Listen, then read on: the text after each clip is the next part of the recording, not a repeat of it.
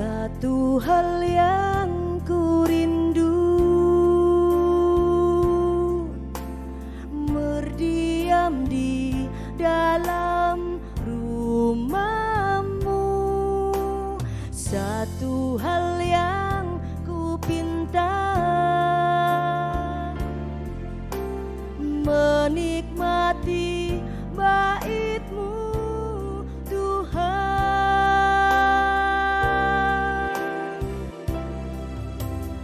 Satu hal yang ku rindu, berdiam di dalam rumahmu. Satu hal yang ku pinta, menikmati bait-Mu Tuhan.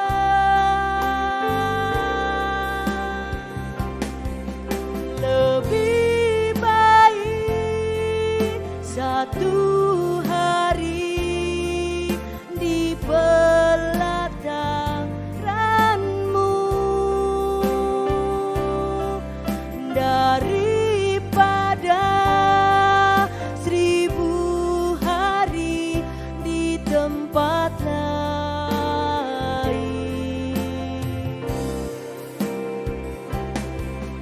Memuji-Mu, menyembah-Mu, Kau Allah yang hidup, dan menikmati semua kemurahan-Mu.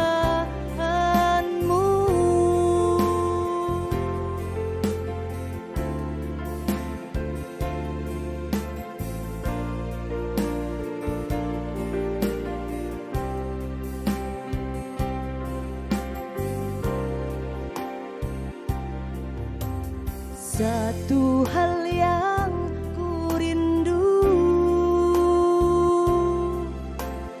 berdiam di dalam rumah-Mu. Satu hal yang ku pinta,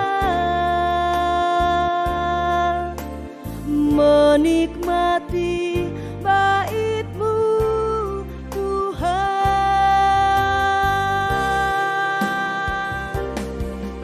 Lebih baik satu hari di pelataran-Mu daripada 1000 hari di tempat lain.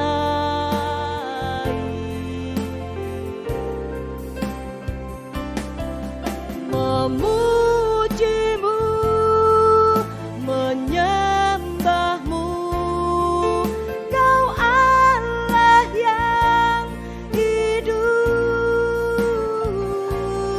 dan menikmati semua kemurahan-Mu.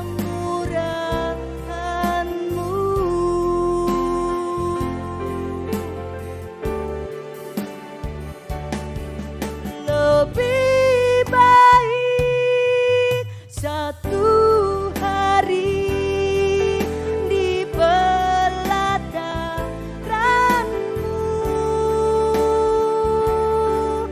daripada 1000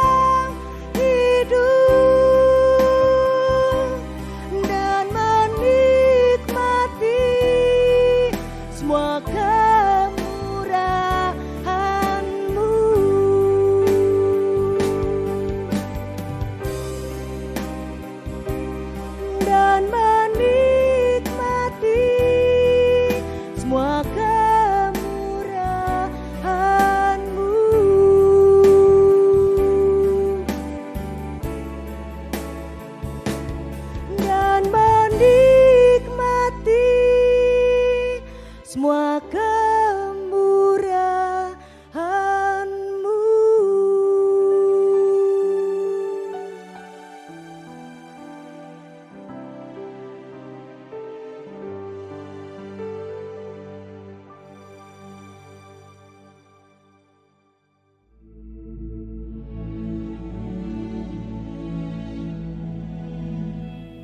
Shalom Bapak Ibu Saudara sekalian, selamat berjumpa lagi dalam ibadah online GKI Mojokerto 19 Juli 2020. Kami menyambut dengan sukacita bagi jemaat yang baru pertama kali bergabung bersama kami.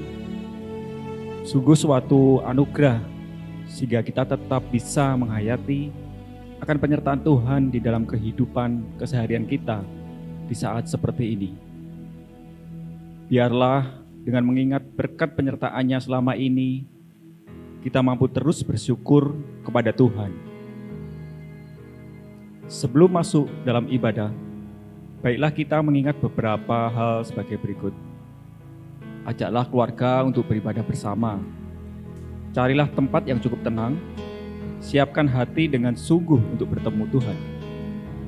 Walau kita melakukan ibadah hari ini di rumah atau dimanapun, hendaklah kita selalu dalam sikap hormat seperti saat kita beribadah di gereja dan mengikuti panduan dari pendeta maupun pemimpin liturgi.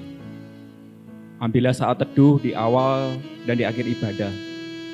Marilah kita sungguh-sungguh mengambil sikap doa dan hening dalam saat teduh kita. Selamat beribadah. Kiranya kasih Tuhan Yesus Kristus selalu menyertai saudara dan saya.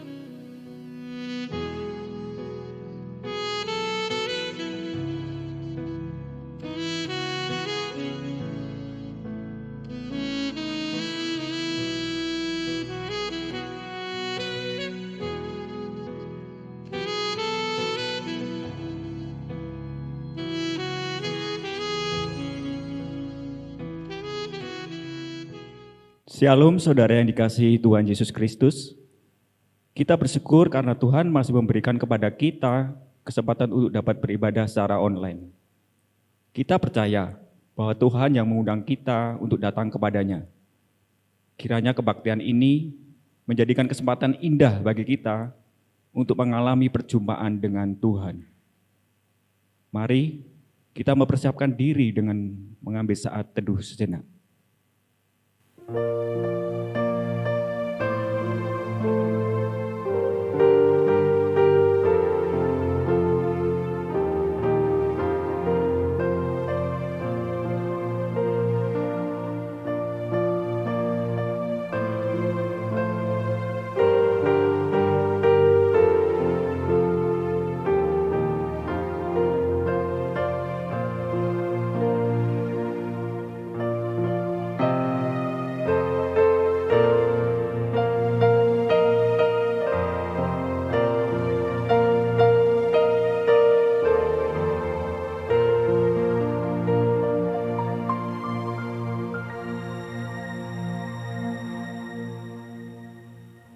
Kita akan mengawali kebaktian ini. Saya undang jemaat untuk bangkit berdiri.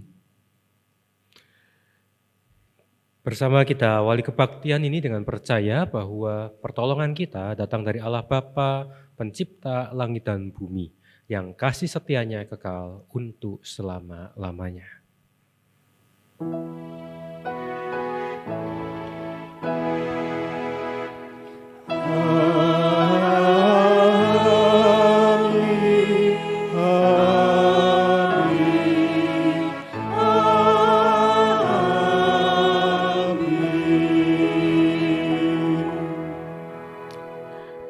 Kasih karunia dan damai sejahtera dari Allah Bapa kita dan dari Tuhan Yesus Kristus menyertai saudara sekalian.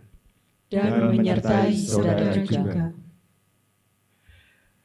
Bapak Ibu saudara-saudara yang dikasihi Tuhan Yesus Kristus, kebaktian kita hari ini mengambil tema lalang di tengah gandum. Tema ini akan mengajak kita untuk kembali menggumuli tentang situasi, kondisi, keadaan yang dihadapi oleh kita sebagai pengikut Kristus di tengah-tengah dunia ini. Oleh karena itu, marilah kita mendasari kebaktian kita dengan surat 1 Korintus pasal 3 ayat 11 sampai dengan 13. 1 Korintus pasal 3 ayat 11 sampai dengan 13 dituliskan demikian. Karena tidak ada seorang pun yang dapat meletakkan dasar lain daripada dasar yang telah diletakkan, yaitu Yesus Kristus. Entahkah orang membangun di atas dasar ini dengan emas, perak, batu permata, kayu, rumput kering, atau jerami. Sekali kelak pekerjaan masing-masing orang akan nampak, karena hari Tuhan akan menyatakannya, sebab ia akan nampak dengan api dan bagaimana pekerjaan masing-masing orang akan diuji oleh api itu. Rasul Paulus kepada jemaat di Korintus mengingatkan kepada mereka dan juga kepada kita semua bahwa setiap karya kita kelak pada waktu kedatangan Kristus kembali, pada saat itulah kita akan melihat kita membangun kehidupan kita apakah atas dasar emas, perak, batu permata, kayu, rumput kering, atau jerami. Mari kita nyanyikanlah nyanyian baru.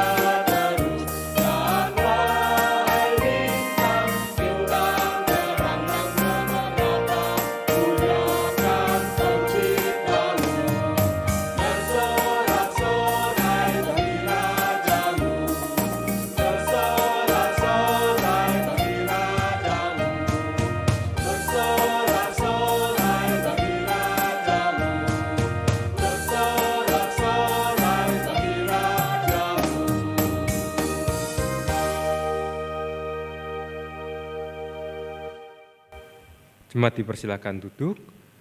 Kita akan mengakui dosa kita di hadapan Tuhan. Mari kita berdoa. Tuhan, kami pada kesempatan kali ini bersyukur untuk setiap hari baru yang dapat kami lalui. Kami bersyukur untuk penyertaan Tuhan. Ketika kami mengingat segala kebaikan Tuhan dalam kehidupan kami, maka kami pun juga sebetulnya kembali diingatkan bahwa sebagai manusia kami penuh dengan keterbatasan. Hanya oleh karena kasih karunia Tuhan, maka kami dapat menjalani hari demi hari kami. Ya Tuhan, dalam kebaktian ini kami juga mengakui akan dosa kami, akan kesalahan kami. Ampunilah kami jikalau kami lebih mengutamakan apa yang menjadi pemikiran kami. Mampukanlah kami untuk dapat selalu menyelaraskan kehidupan kami dengan kehendak-Mu. Demikian pula ketika kami dalam pergumulan, ketika kami diperhadapkan dengan situasi yang tidak mudah, maka kami pun juga mohon hikmat Tuhan, supaya setiap keputusan yang kami ambil adalah keputusan yang berkenan di hadapan Tuhan. Ya Tuhan, inilah doa kami yang kami naikkan dalam nama Tuhan Yesus Kristus. Amin. Mari kita bangkit berdiri, kita sambut pengampunan dosa dari Tuhan dengan percaya dengan berita anugerah dari Roma 8 ayat 18. Sebab aku yakin bahwa penderitaan zaman sekarang ini tidak dapat dibandingkan dengan kemuliaan yang akan dinyatakan kepada kita. Demikianlah berita anugerah dari Tuhan. Syukur kepada Allah.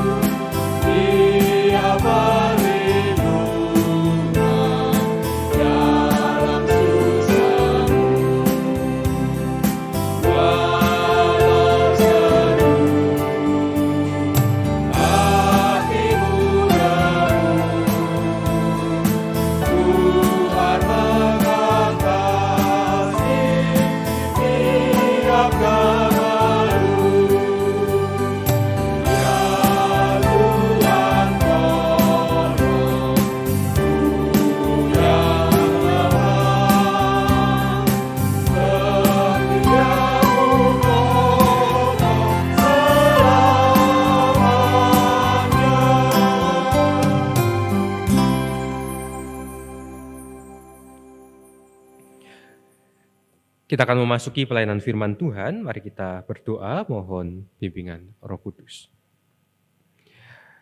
Tuhan, kami datang kepadamu dalam kebaktian ini dengan kerinduan untuk kembali membaca firman dan merenungkannya. Mampukanlah kami untuk memahami berita firman yang akan kami terima. Dan lebih dari itu, mampukanlah kami untuk menjadi pelaku-pelaku firman Tuhan. Kami membuka hati kami untuk Roh Kudus yang menguasai kami, supaya dengan hikmat-Mu firman Tuhan ini kami terima. Dalam nama Tuhan Yesus kami telah berdoa. Amin. Bapak Ibu saudara-saudara yang dikasihi Yesus Kristus, bacaan Alkitab akan diambil dari Injil Matius pasal 13, Matius 13 ayat 24 sampai dengan 30, dilanjutkan ayat 36 sampai dengan 43. Matius 13 ayat 24 sampai dengan 30, dilanjutkan 36 sampai dengan 43. Dituliskan demikian. Yesus membentangkan suatu perumpamaan lain lagi kepada mereka. Katanya, hal kerajaan sorga itu seumpama orang yang menaburkan benih yang baik di ladangnya. Tetapi pada waktu semua orang tidur, datanglah musuhnya menaburkan benih lalang di antara gandum itu lalu pergi. Ketika gandum itu tumbuh dan mulai berbulir, nampak jugalah lalang itu. Maka datanglah hamba-hamba tuan ladang itu kepadanya dan berkata, Tuan, bukankah benih baik yang Tuan taburkan di ladang Tuan? Dari manakah lalang itu? Jawab tuan itu, seorang musuh yang melakukannya. Lalu berkatalah hamba-hamba itu kepadanya, jadi maukah Tuan supaya kami pergi mencabut lalang itu?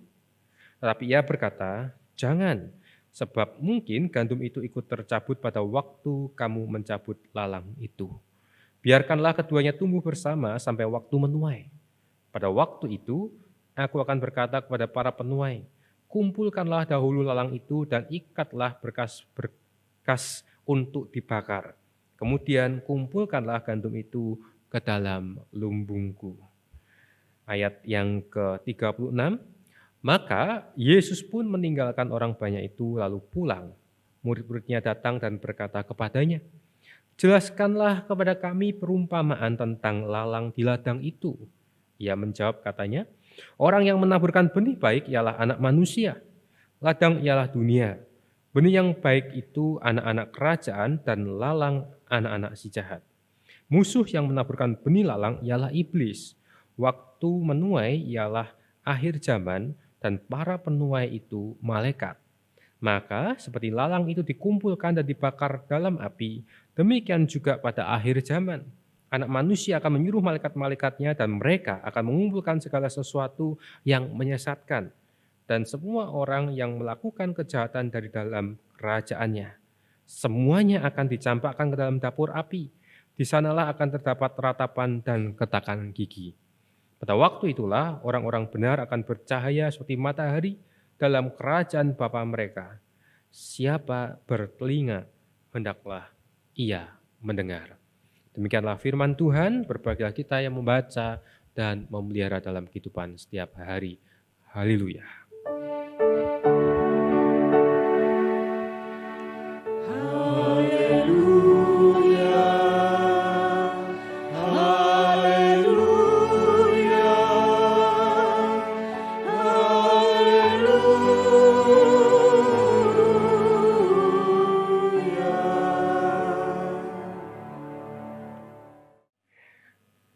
Saudara-saudara yang dikasihi Yesus Kristus, tema kita adalah lalang di tengah gandum.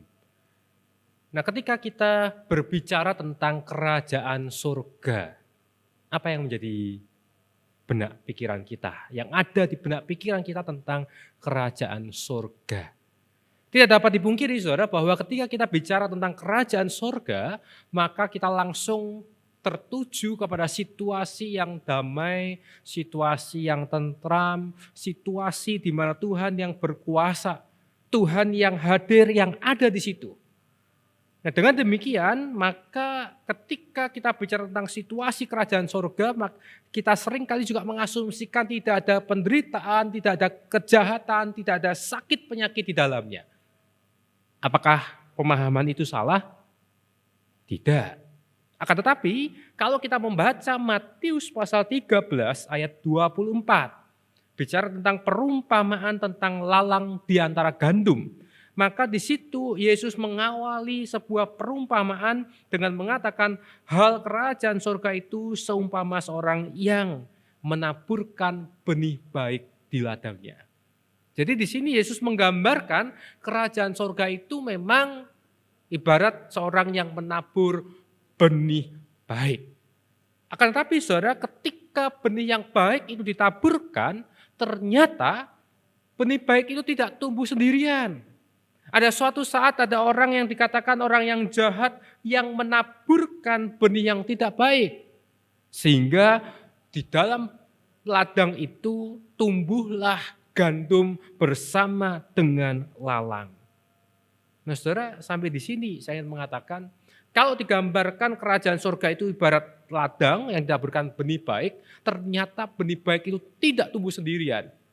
Dengan kata lain, saya ingin menegaskan bahwa ketika kita bicara tentang situasi kerajaan surga di dalam dunia ini, maka kita tidak dapat memungkiri bahwa segala kebaikan itu sampai kapanpun juga akan bertumbuh bersama dengan kejahatan.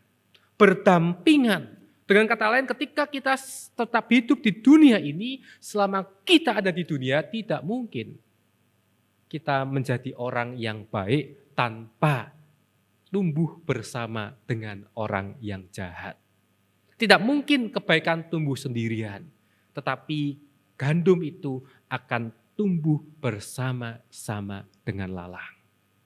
Lantas yang menjadi pertanyaan kita adalah, mengapa kalau Tuhan itu maha kuasa, Tuhan tidak segera mencabut lalang itu? Kenapa Tuhan tidak segera membinasakan orang-orang jahat supaya kerajaan surga itu segera nampak, segera nyata di dunia ini? Di sini memang kita lihat, maka datanglah hamba-hamba Tuan ladang itu kepadanya dan berkata, Tuan, bukankah benih baik yang Tuan taburkan di ladang Tuan, dari manakah lalang itu? Hamba ini ingin supaya lalang itu segera dicabut, lalang itu tidak tumbuh bersama dengan gandum. Nah saudara, sebelum saya membahas tentang lalang dan gandum, ada penafsir yang menarik, yang menguraikan perumpamaan ini dengan menarik. Dia mengatakan bahwa siapa sih hamba Tuhan itu? Penafsir itu mengatakan hamba Tuhan itu adalah kelompok orang-orang Farisi dan ahli Taurat. Kelompok-kelompok ahli Farisi, orang-orang Farisi dan ahli Taurat yang mereka mendambakan kehidupan yang baik dengan cara orang yang jahat menurut mereka itu dihilangkan. Orang-orang Farisi ahli Taurat yang berusaha menarik diri mereka dari dunia ini. Tidak mungkin kalau dunia ini hanya diisi dengan orang-orang baik. Sehingga kalau kita lihat, Tuhan itu tidak mengizinkan para hamba mencabut lalang. Oleh karena itu saudara, situasi ini marilah kita pahami, justru ini adalah keadaan di mana kita sebagai bulir-bulir gandum, benih-benih gandum itu akan tumbuh bersama dengan lalang. Nah saudara, ada yang mengatakan kok tanaman lalang itu di Palestina ketika tumbuh dengan gandum memang lalang itu akan membelit gandum. Sehingga ada kemungkinan lalang itu akan menyerap nutrisi makanan dari tanaman gandum itu. Karena tapi ketika lalang itu dicabut, maka resikonya gandum itu juga akan ikut tercabut. Karena gandum itu dililit oleh lalang. Sehingga memang di satu sisi pertumbuhan gandum bisa terhambat, dan di sisi lain kalau lalang itu dicabut, gandum itu akan mati. Maka pilihan yang sangat mungkin adalah supaya gandum itu tetap dapat dituai, yaitu gandum itu tetap dibiarkan tumbuh bersama dengan lalang. Dan inilah memang situasi kita. Ketika kita menjadi benih-benih gandum dan kita itu tumbuh, ada kemungkinan nilai-nilai kebaikan kita itu tertutupi oleh lalang. Ada kemungkinan ketika kita mengupayakan yang baik dan lalang itu tumbuh bersama, kebaikan kita disalahartikan. Sangat mungkin kita ini tidak hanya berjuang sendirian. Sangat mungkin kita ini harus berjuang berdampingan dengan lalang-lalang di sekitar kita. Justru disinilah Yesus ingin mengingatkan kepada kita, marilah kita tumbuh, marilah kita terus menaburkan benih-benih kebaikan, marilah kita terus bertumbuh pada akhirnya nanti sampai dengan penuaian itu terjadi. Dan yang menarik di sini saudara, ketika ada waktunya menuai, penuai ini Sang Tuhan mengatakan, kumpulkanlah dahulu lalang itu dan ikatlah berkas-berkas untuk dibakar, kemudian kumpulkanlah gandum itu ke dalam lumbungku. Nah, bagi kita yang agak asing dengan cara menuai gandum, maka kita mungkin tidak menyadari apa yang dikatakan Yesus ini. Tapi bagi orang-orang di Palestina pada waktu itu, lumrahnya ladang gandum itu ketika dituai, maka mereka akan memasukkan gandumnya dulu, baru lalangnya dibakar. Tapi di sini perumpamaan ini justru mengatakan, kumpulkanlah dahulu lalang untuk dibakar, baru gandum itu masuk ke dalam lumbung. Apa artinya? Artinya adalah Yesus ingin mengatakan pada orang-orang pada waktu itu, bahwa ketika sudah dituai, maka pada masa akhir zaman dan konsep mereka tentang akhir zaman adalah penghakiman, disitulah penghakiman akan terjadi dan lalang itu akan dibakar. Lalang itu akan hangus. Lalang itu pada waktunya nanti kejahatan akan hilang karena Sang Tuhan itu. Bapak Ibu saudara-saudara yang dikasihi Tuhan Yesus Kristus, sebuah tantangan bagi kita ketika kita tumbuh di tengah-tengah ladang yang bersama dengan lalang. Dan pada waktu itu para murid pun belum paham. Pada waktu itu para murid pun terus bertanya. Sehingga ayat 36, para murid ketika bersama dengan Yesus mereka minta kembali untuk dijelaskan. Para murid minta supaya Yesus menceritakan kembali perumpamaan itu. Menjelaskan kembali, dan Yesus menjelaskan secara gamblang. Dan di sini Bapak Ibu Saudara, dalam ayat yang ke-42 dan 43 dikatakan semuanya akan dicampakkan ke dalam dapur api, di sanalah akan terdapat ratapan dan kertakan gigi. Pada waktu itulah orang-orang benar akan bercahaya seperti matahari dalam kerajaan Bapa mereka. Siapa bertelinga, hendaklah ia mendengar. Ketika Yesus menutup perumpamaan ini, maka Yesus ingin mengatakan kebenaran dan kejahatan, kebaikan dan keburukan itu akan muncul, akan bertumbuh bersamaan dan pada waktunya nanti yang akan nampak. Nah saudara-saudara, perumpamaan ini sangat relevan bagi kehidupan kita di zaman sekarang. Ketika kita masuk era yang baru, yang sering orang mengatakan new normal, maka dalam era inilah nilai-nilai kehidupan itu banyak sekali bergeser. Dalam era inilah apa yang dulu diyakini benar ternyata sekarang salah. Apa yang mungkin dulu salah sekarang menjadi benar. Contoh yang sederhana saudara, kalau kita mengikuti berita-berita kadang kita bingung. Ya, hari ini katakan A, besok menjadi B gitu ya. Berita-berita pun juga seringkali kita menjadi bingung mana sumber yang tepat, mana sumber yang benar, yang valid. Karena semua orang sekarang bisa menulis. Nah di tengah situasi ini saudara, justru tantangan bagi kita adalah mari kita kembali melihat, kembali kita belajar, kembali kita merenungkan apa yang menjadi kehendak Tuhan. Nah, bagaimana caranya?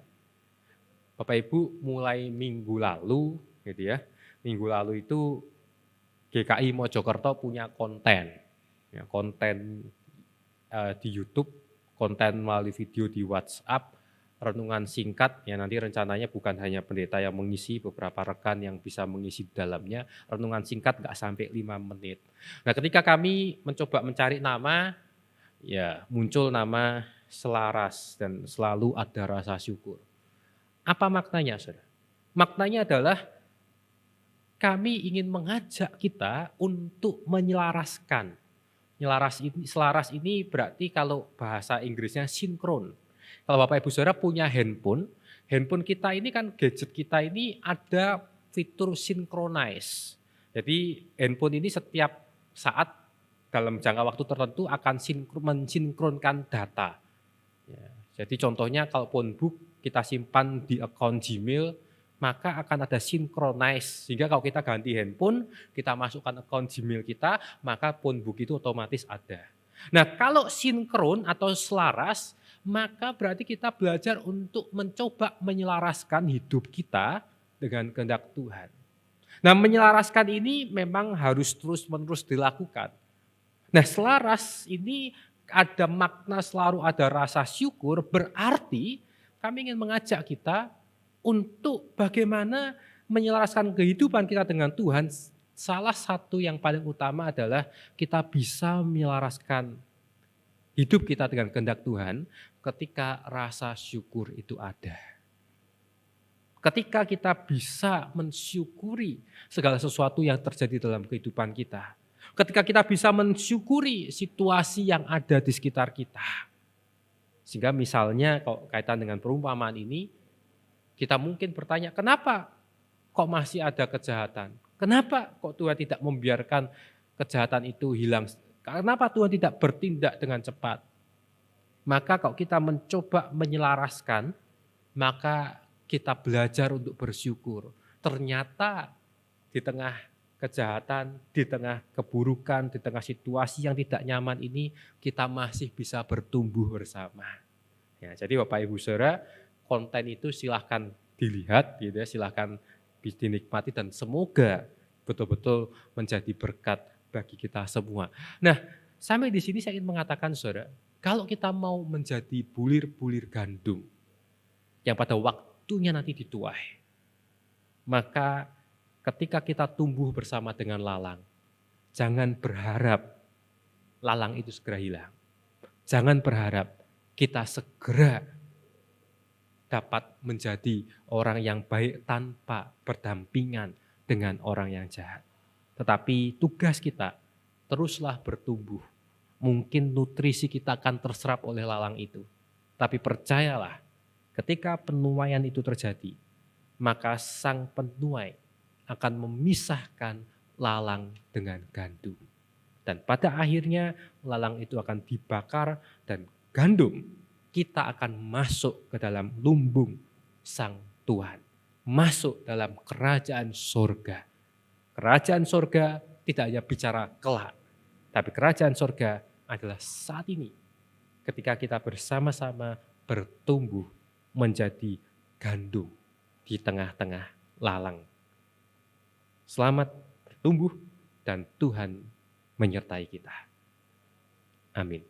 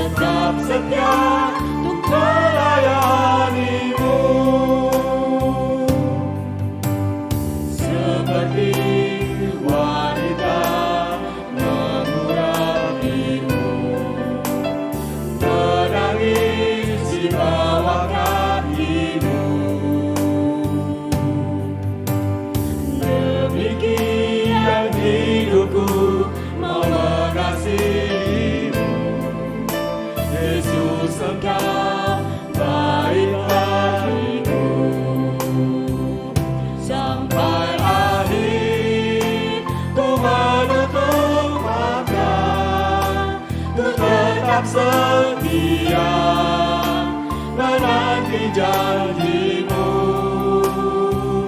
sampai ku dapatkan mahkota kehidupanku. Ku tetap setia untuk melayani-Mu sampai akhir Tuhan tutup mata. Ku tetap setia menanti janji-Mu sampai ku dapatkan mahkota kehidupanku. Ku tetap setia untuk melayani-Mu. Ku tetap setia untuk melayani-Mu.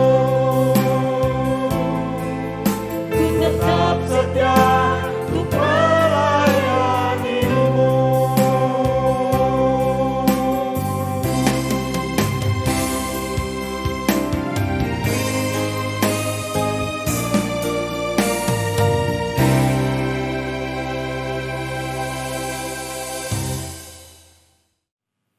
Jemaat dipersilakan berdiri.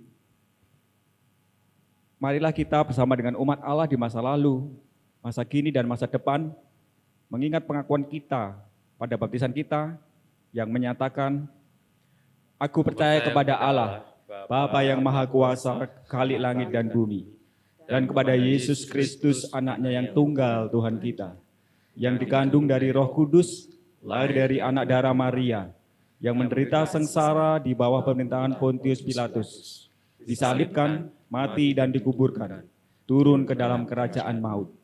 Pada hari yang ketiga, bangkit pula dari antara orang mati, naik ke surga, duduk di sebelah kanan Allah Bapa yang Maha Kuasa. Dan dari sana Ia akan datang untuk menghakimi orang yang hidup dan yang mati. Aku percaya kepada Roh Kudus, gereja yang kudus dan am, persekutuan orang kudus, pengampunan dosa, kebangkitan orang mati, dan hidup yang kekal. Amin. Jemaat dipersilakan duduk kembali. Kita akan menaikkan doa-doa syafaat kita. Mari kita berdoa.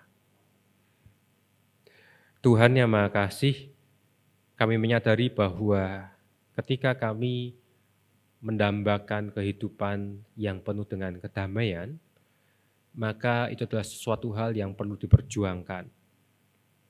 Karena sampai kapanpun kebaikan dan kejahatan itu akan selalu ada di dunia ini. Mampukanlah kami untuk menjadi anak-anak-Mu, mampukanlah kami untuk menjadi bulir-bulir gandum yang pada waktunya menghasilkan buah, yang pada waktunya kami dapat dituai oleh Sang Penuai. Ya Tuhan, kami juga berdoa untuk kehidupan kami bergereja. Ketika dalam segala keterbatasan kami belum dapat berjumpa secara langsung. Ketika kami beribadah, maka kami pun juga selalu percaya bahwa dalam segala keterbatasan ini Tuhan tetap menyapa kami. Mampukanlah kami sebagai bagian dari gereja Tuhan untuk menjalankan peran dan tanggung jawab kami dengan baik. Tuhan, kami saat ini juga berdoa untuk saudara-saudara kami yang bergumul dengan kesehatannya, mereka yang dirawat di rumah, mereka yang mungkin di rumah sakit, atau mereka yang berusia lanjut. Tuhan, Kau yang mengetahui setiap pergumulan saudara-saudara kami ini. Kiranya Tuhan menguatkan, Tuhan memberikan pengharapan, Tuhan memberikan kedamaian, sehingga tetap dapat bertekun dalam Tuhan dan percaya pada kesembuhan yang berasal dari Tuhan. Tuhan, kami juga berdoa untuk upaya dari bangsa dan negara kami, khususnya di masa-masa pandemi ini. Tidaklah mudah bagi pemerintah kami untuk dapat mengambil keputusan-keputusan yang tepat, keputusan-keputusan yang membawa kebaikan. Namun mampukanlah para pemimpin kami dalam memperjuangkannya. Dan juga kami sebagai rakyat Indonesia, kami ikut ambil bagian untuk menata kehidupan yang baru, menata kehidupan yang lebih baik. Kami percayakan juga pergumulan kami dalam tangan Tuhan, dalam keluarga kami. Kami juga berdoa untuk pergumulan dengan setiap kebutuhan hidup kami, pergumulan pekerjaan kami, studi anak-anak kami. Tuhan, kami yakin Kau memberikan pertolongan tepat pada waktunya. Inilah doa-doa syafaat kami yang kami naikkan dalam nama Tuhan Yesus Kristus yang mengajarkan kami berdoa. Bapa kami yang ada di surga, dikuduskanlah nama-Mu, datanglah kerajaan-Mu, jadilah kehendak-Mu di bumi seperti di surga. Beri kami hari ini makanan yang secukupnya. Ampuni salah kami, seperti kami ampuni yang bersalah pada kami. Jangan bawa kami dalam pencobaan, melainkan lepaskan kami dari yang jahat. Engkau-Lah yang punya kerajaan dan kuasa dan kemuliaan sampai selama-lamanya.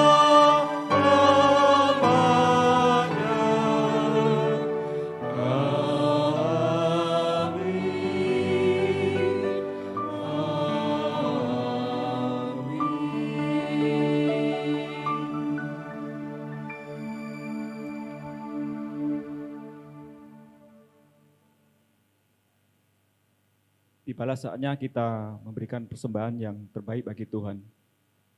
Kita akan mendasari persembahan kita dengan firman Tuhan yang diambil dari Mazmur 50 ayat 23. Siapa yang mempersembahkan syukur sebagai kurban, ia memuliakan aku. Siapa yang jujur jalannya, keselamatan yang dari Allah akan kuperlihatkan kepadanya. Jemaat dapat mempersembahkan dengan dua cara. Yang pertama, transfer ke rekening GKI Mojokerto, Bank BCA dengan nomor rekening 0501 803 234 atas nama Hana Tejo Raharjo. Yang kedua, dapat memasukkan ke dalam amplop, bisa disimpan dan diberikan saat nanti bisa ke gereja lagi atau dengan kontak penatua sektor.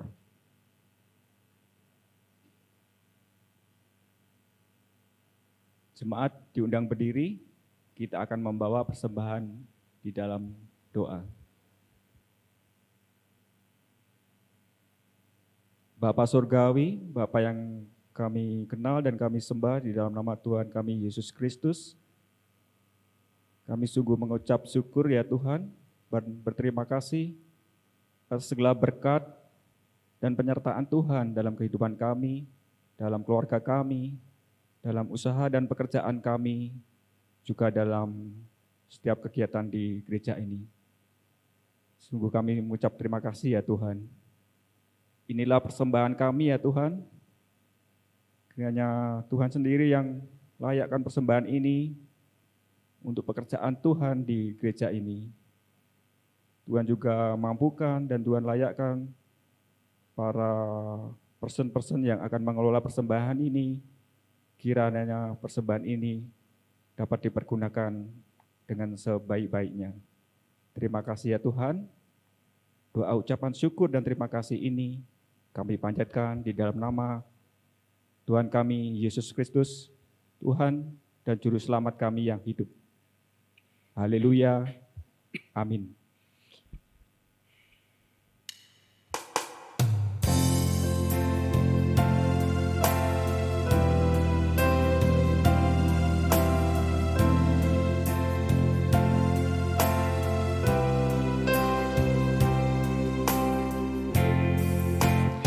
kekuatan di jiwaku, ketenangan batinku. Ada dalam hadiratmu, ku menyembahmu.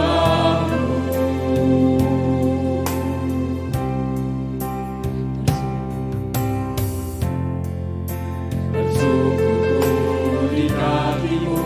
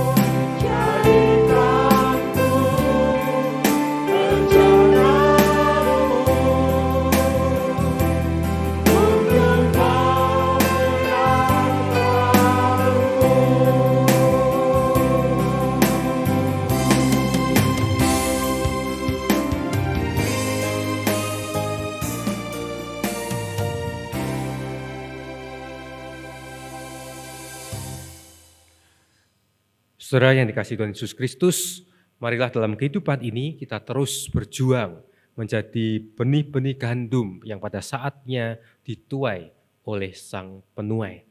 Maka sekarang arahkanlah hatimu kepada Tuhan. Kami mengarahkan hati kami kepada Tuhan. Jadilah saksi Kristus, Syukur kepada Allah, terpujilah Tuhan, kini dan selamanya. dan terimalah berkat Tuhan.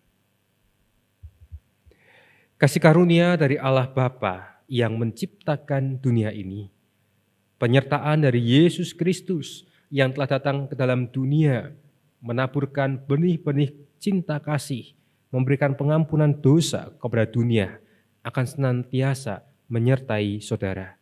Dan kuasa Roh Kudus, Roh Hikmat akan memampukan saudara menjadi bulir-bulir gandum yang siap dituai pada waktunya nanti. Ketika Allah yang Esa akan senantiasa memberkati, melindungi, dan menyertai saudara dari sekarang sampai selama-lamanya. Amin.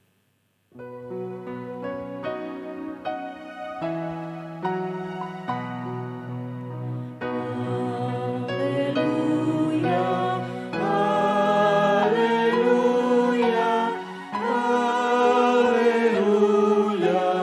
haleluya.